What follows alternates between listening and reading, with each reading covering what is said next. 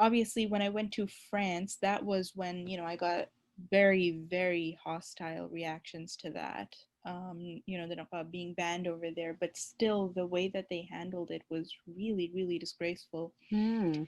Yeah, I was gone on a school trip with my class actually in high school, and you know, we were all there together, and it was just me and one other hijabi girl in the whole group who were like, you know, I was there as a niqabi and my friend was there as a hijabi, and you know, there wasn't really anybody else who was wearing hijab in that group. And still, you know, the way that when we were crossing the border into France, the way that what are they called? You know, the passport control agents, Yeah.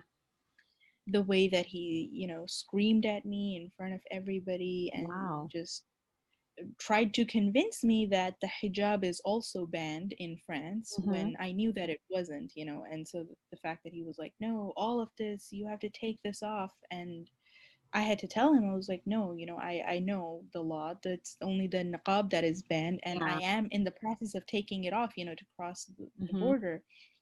I don't appreciate you like yelling and screaming at me in front of everybody. But in the moment, obviously, you know, it was like I was shaken. I was still a teenager at the time, and you know, it was like very difficult to remain calm and collected in that moment. And just the Oh, way, you know, that feeling of like being screamed at in front of everyone in such a humiliating and degrading kind of way, it was a terrible, terrible kind of feeling.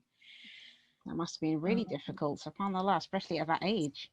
Yeah, subhanAllah. I mean, I knew that it was banned, you know, and I wasn't trying to like, you know, break the law or anything at that time. Mm. Obviously, I was on a trip with my school, you know, so obviously Yeah. I knew that like I would have to, you know, follow the law and take my niqab off, which I was doing, but it's just the way that he was just being so rude to me in front of everybody also, you know, it was just SubhanAllah. subhanAllah, So what about your terrible. teachers? Were there your teachers there and what did they do? What was their reaction to that?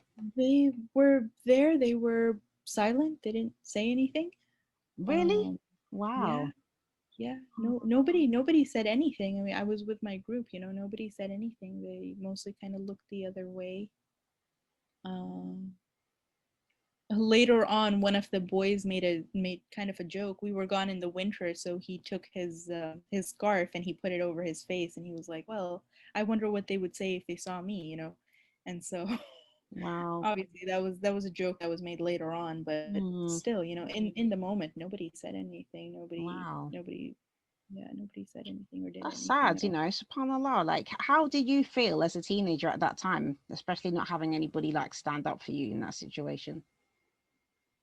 I'll be very honest, I didn't really expect anyone to stand up for me. Mm. Both of my teachers who were with me on that trip were non-Muslim, and like I said, there was only one other hijabi girl in that group with me, so I can't really say that I was surprised by them not saying or doing anything.